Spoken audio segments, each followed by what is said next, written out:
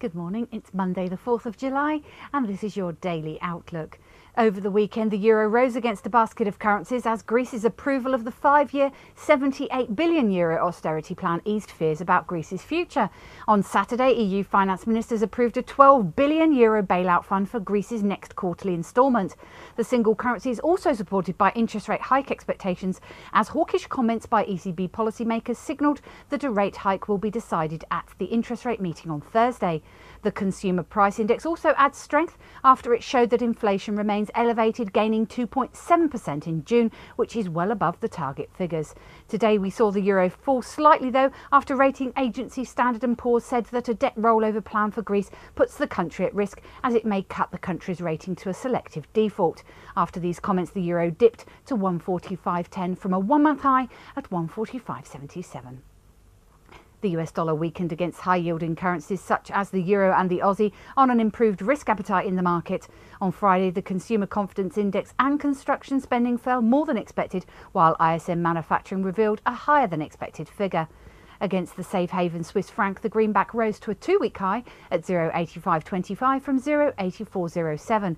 Against the Japanese yen, the dollar also rose, edging as high as 81.14 from 80.55. The Australian dollar softened today after the greenback weighed by weaker than expected retail sales data. The pair stepped off a 1.5-month high at 107.89 to trade at 107.12. Sterling plummeted yesterday after data revealed that consumer confidence dropped by more than expected in June. The British pound remains under pressure after the Bank of England kept alive the prospect of additional quantitative easing. Against the greenback, sterling dipped to 159.88 from 160.96. Oil prices rose to $95.46 a barrel today from $93.46. Gold fell to $1,478.05 an ounce from $1,501.63. And silver also ticked lower at $33.44 an ounce from $34.75. Now let's take a look at the currencies to watch out for. The euro-dollar pivot point is at 144.75 with a preference to enter into long positions at 144.85.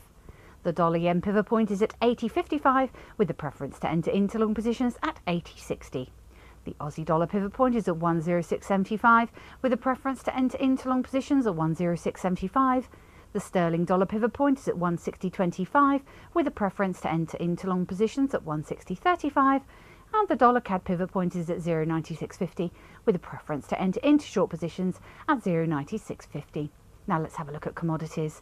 The oil pivot point is at 93.45 with a preference to enter into long positions at 93.45. The gold pivot point is at 149.750 with a preference to enter into short positions at 149.750. And the silver pivot point is at 34.50 with a preference to enter into short positions at 34.50. And today's calendar and market movers are the Europe investor confidence in July, which is forecast to fall to 1.2. UK PMI construction in June is forecast to fall to 53.7, and Europe producer price index in May is forecast to fall to 0.1%.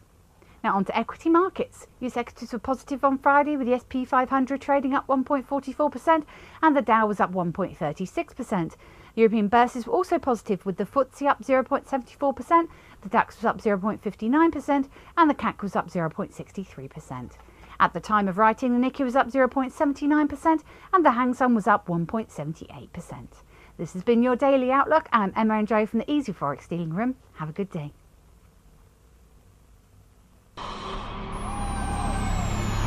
Not only have you found a great place for Forex news, you found a great place to trade it. Registration is easy. Just click Join Now. Membership has its unique benefits, such as the freeze rate, the trade simulator, the inside viewer, and personal dealers. Your personal account manager waiting for you now.